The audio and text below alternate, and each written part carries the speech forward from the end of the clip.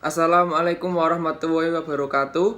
Perkenalkan, nama saya Sumbogo Bagus Prakoso dari kelas TIPS C semester 2. Kali ini saya akan membuat video tentang dampak, faktor, dan solusi dari pemanasan global. Video ini dibuat guna untuk memenuhi tugas geografi fisik yang diampu oleh Bapak Dhani Miftah M. Nur MPD yang saya hormati. Pemanasan global atau global warming adalah bertambahnya atau berubahnya iklim global atau climate change adalah memanasnya iklim bumi secara umum. Bertambahnya panas dari tahun ke tahun membuat beberapa tempat di wilayah tertentu mengalami perubahan yang cukup ekstrim. Penyebab global warming adalah yang pertama, banyaknya rumah kaca. Hasil dari penelitian menyimpulkan bahwa penyebab dari pemanasan global yang pertama ini adalah karena banyaknya rumah-rumah yang terbuat dari kaca. Bagi sebagian orang yang mungkin hal ini akan biasa saja, karena memang rumah kaca semakin lama jumlahnya semakin meningkat.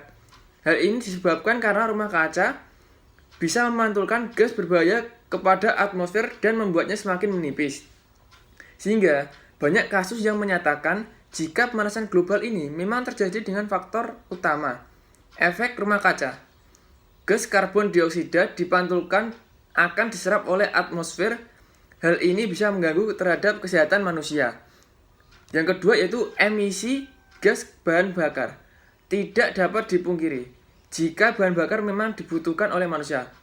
Penting memang untuk memperhatikan penggunaan dari kendaraan itu sendiri. Semakin banyak orang yang menggunakan kendaraan, semakin banyak pula emisi yang diciptakan.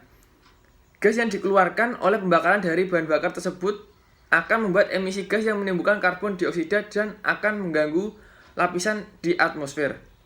Dampak yang ketiga yaitu dampak dari gas metana.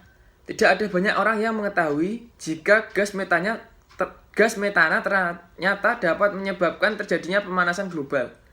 Ketika menemukan peternakan sapi, kotoran hewan akan mengeluarkan suatu gas. Gas dari kotoran hewan tersebutlah yang dinamakan gas metana. Dengan hasil penelitian yang dapat menyebabkan kejadian ini, banyak orang menemukan peternakan sapi dan kotorannya menyebabkan gas metana tersebut. Dampak yang keempat yaitu berkurangnya ladang perhutanan.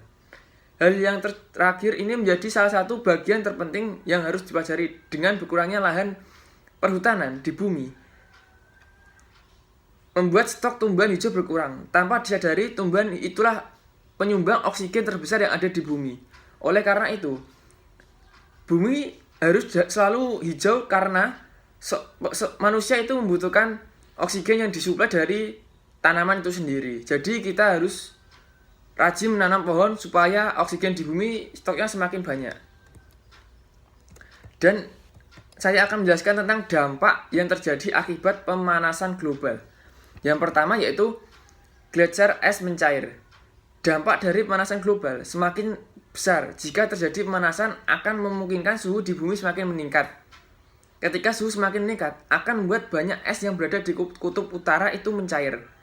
Dan akibatnya, semakin cepat mencair akan terjadi banjir yang akan merendam seluruh permukaan bumi.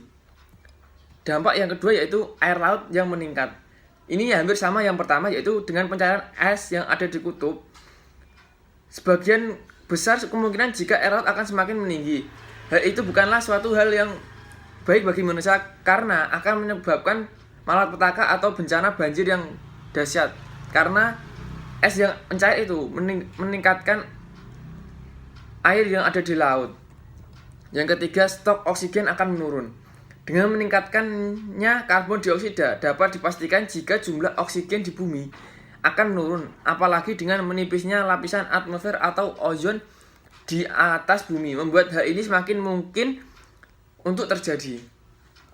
Ya, ini adalah solusi dari pemanasan global. Yang pertama itu kurangi penggunaan rumah kaca. Kenapa? Karena dengan mengurangi jumlah dari rumah kaca sangat besar jumlahnya, bahkan hanya berada di satu negara saja akan tetapi hampir seluruh dunia menggunakan bangunan dari rumah kaca.